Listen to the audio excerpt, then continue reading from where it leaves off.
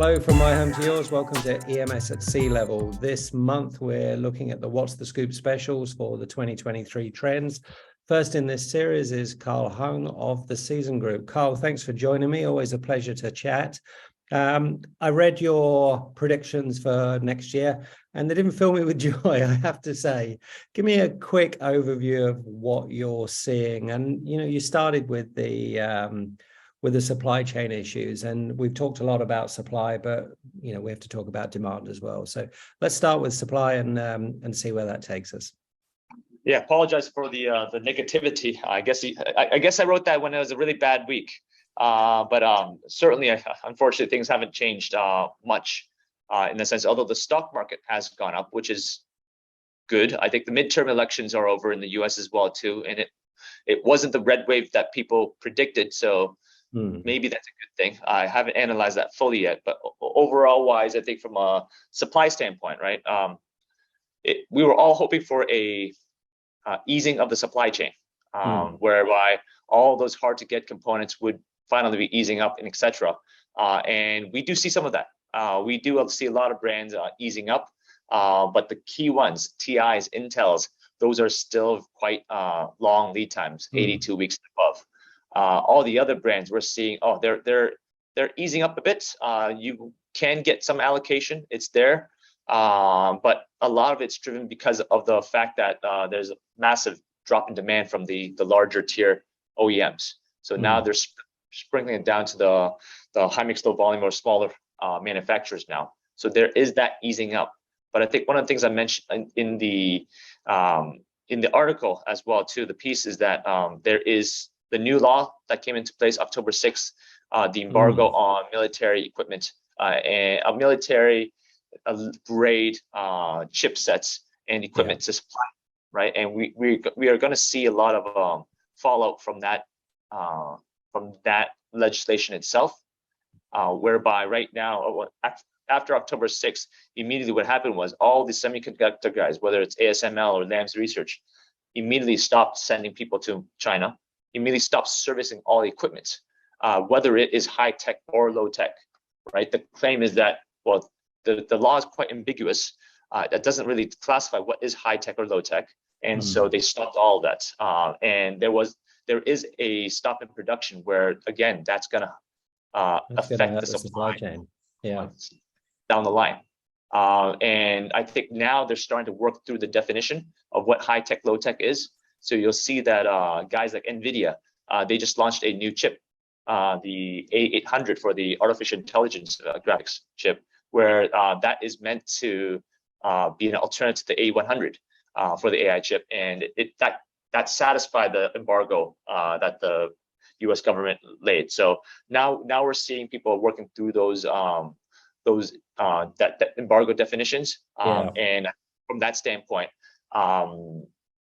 It's a good thing. The early predictions was that, well, if you ban the high-tech chipsets, what's going to happen is the Chinese semiconductor guys, they'll flood the market with the low-tech chipsets. So in that sense, it's good. And that pricing will finally drop down. But I don't see that happening yet. I think right now, the supply of the components are quite limited because it's not to everyone's, it's to everyone's benefit, or all the semicon guys benefit to keep it, can control it, because I think they're trying to gauge what's happening to the demand too. It's too risky for them to really invest in the supply of components right now. So I think that capacity, that demand and supply and capacity issue is really complicated at the moment. And you know, it was complicated. It's got even more complicated as we've gone through this year, and we've seen the increased interest rates, the change in the economy. That brings us to the demand side. I've talked to a lot of EMSs that aren't seeing too much softening in demand. Some are in certain sectors. What are you seeing? Yeah, again, I think it's a sector issue. I think if it's anything consumer related, everyone's being more conservative now. I think because for them, a lot of them are thinking, the supply chain is easing up now, so maybe we don't need to give the 16, 18 months POs that we did in the past. I think a lot of these guys realize, they've doubled order or tripled order sometimes. So they are cutting back the demand on that front. there is a lot of concern from the that consumer level, whereby you've got the high interest rates and you've got inflation involved as well too, and then also predictions on salary increases where it's not as high as people thought it would be, right? I think in the UK, your hometown, the latest inflation numbers are 9 to 10%. Yeah. Right. No company can ever match that amount. I think the most they're thinking about is 3 or 4%. So there's a loss in real income wages of around 5 or 6% for this year. And so what do people do when there's also high inflation, right? High interest. The only thing is sensible is save less or spend less so that they can pay off their mortgages, right? Because the mortgage is killing them too. Mortgage rates have gone through the roof. So I don't see much consumer spending next year. I think people, because of real wages decrease and high interest rates, the only thing they can do is not spend. So consumer levels, it's quite hard, which will trigger down. Yeah. And I think there's a second layer in that, as in post-COVID, people are going back to the service sector and the hospitality sector, and some of that money that was spent on product is now being spent on services, which again hurts demand for consumer tech. So I think there's an impact on there. You mentioned around the defense chips legislation and regulations, the idea that this is pulling apart global supply chains, and we're maybe seeing a bit of a, I don't want to say anti-globalization trend, but we're seeing a change in the way we look at geopolitics and the way that impacts our global supply chain. Apple have committed to investing in manufacturing more of their current technology iPhones in India, for example. And I know it's only a relatively small number, but they suggest it's a growing number. How do you see that? How do you see that change in geopolitics and the whole regionalization of the supply chain? Yeah, I don't see that easing up at all, right? I think one of the things that two big things that highlight what's going on in the world right now is the Russia-Ukraine situation, where I think everyone's very surprised with Russia's situation, where they thought that Ukraine would be bowled over, and they're holding strong, and the whole world's come together to use embargoes to really weaken the Russian state, which it's very, very effective that they've done. And I think what's happened is that it's highlighted to China the challenges that might lay for them if they ever so decide to support Russia or whatnot. And it's encouraged even more inward lookingness, right? They want to develop their inner country more because the results of the October meeting for the third term for President Xi has resulted in his third term, which is a major change in our policies, and B, no change in the COVID policy, where I think many optimists were hoping that after this third term's announced that they would open up to the world and invite people back in. But for them to take a stance of zero COVID and no softening too much, that they're trying to focus more inwards and focus the investments inwards and encourage local development, local consumption, local trading. And I think the most recent German mission, where the Chancellor of Germany came over with the other CEOs, trying to open up the China market. It's a good first step. It's a first visit by any foreign government in the last 3 years. And I think that needs to happen. And I think to remind China, there's a lot of good to continue trading with the rest of the world. And to the rest of the world, there's a lot of good to trading with China as well, too. This national idea is definitely not good for technology, not good for the world, for sure. Yeah. And when you look at companies like Apple shifting some of their supply chain out of China and specifically into India, do you see that as an opportunity for a country like India that has never really got going in the EMS world? I think people are saying that maybe the three largest countries to benefit from people decoupling a little from China are India, Mexico, and Vietnam. How do you see that? Well, certainly, I think Vietnam's benefited the most out of all of this. I think you trade surplus between Vietnam and U.S. jumping quite significantly the last 2 years. But all with that country as well, too, the major issue is people, right? There's not enough people. How do you replace a population of 1.3 billion people with 70 million people? I think the only, and it's the same thing with us in Mexico as well, too. It's people, of the lack of people as well, too, where I think India is the only one that can pose a real challenge to the China labor force and the China pricing itself. But I think a lot of what has to happen is the supposed government bureaucracy that is prevalent in India is solved. But we do see that the federal government is stepping in more and encouraging more investments in that sense. And I think that's a good sign for the Indian nation itself. But I think overall wise, as I was explaining to my team today too, it's no longer just a competition on labor pricing, right? It's not whoever has the lowest labor, because that's not the major issue anymore. The major driver is component pricing, material pricing, and whoever can find the best material pricing usually wins. And a lot of the materials still being generated out in China. Right? So unless that supply chain shifts, it won't matter much. And the reason why supply chains are really hard to shift away from China, as well too, it's the fact that China has invested so much in automation. Where I compare automation projects between Mexico and China. In China, for example, I've got an automation program for our SMT lines. It's around $150,000 US.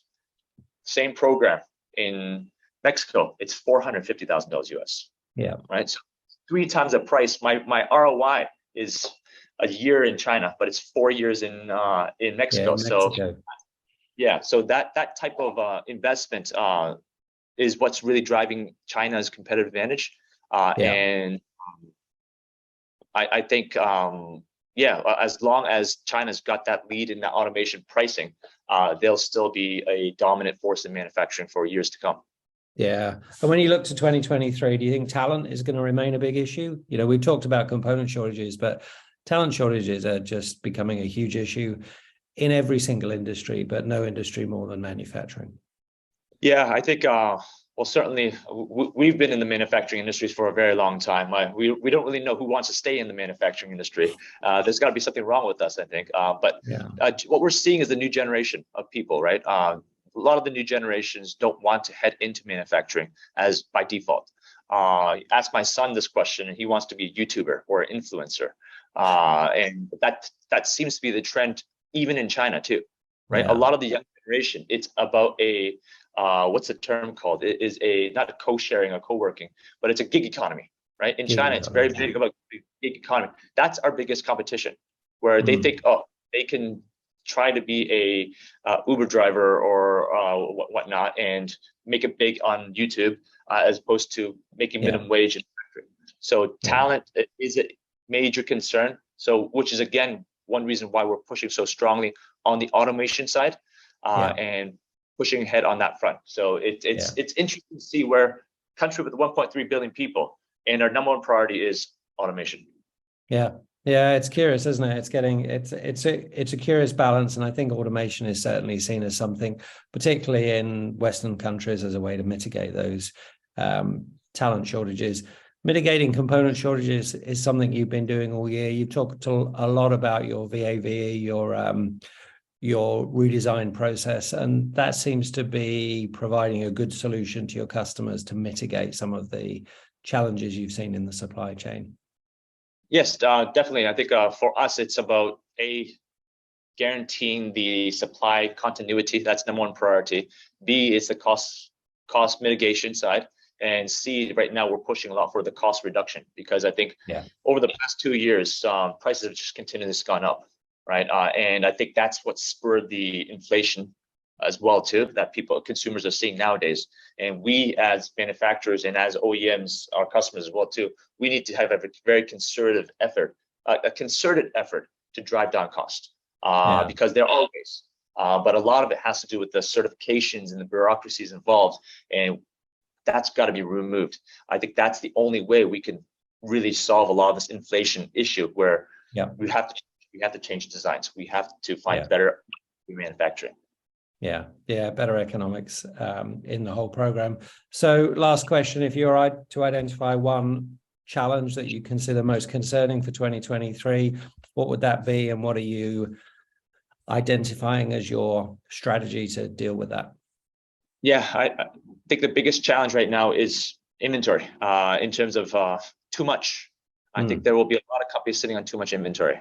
I think right now inventory is through the roof and it's still not complete yet. There's a lot of outstanding purchase orders that are yet to come. Once it really starts to be delivered, and the OEMs and the EMS realize there's not much demand, people will be held holding the bag in itself. And so I think coupled with the high interest rates, there will be issues. I think I predicted this last year too, and I think some happened, but not as much as I thought. But I'm pretty sure, Phil, this is the year. Yeah, well, I think you're right. With dampening demand, I think there's the possibility to shift some of that out, but it'll be interesting to see those predictions by customers that turned into purchase orders, how many of those remain to be firm and real as we move into perhaps a softer market. So I think there's big challenges there. And as you say, cash is more expensive than ever. So inventory and work in progress becomes the enemy once again, and we swing perhaps back from the just in case towards the just in time again, and the pendulum continues to go back and forth. I know. Talking about cash right now, I'm getting fixed deposit rates of 5.4% for 3 months.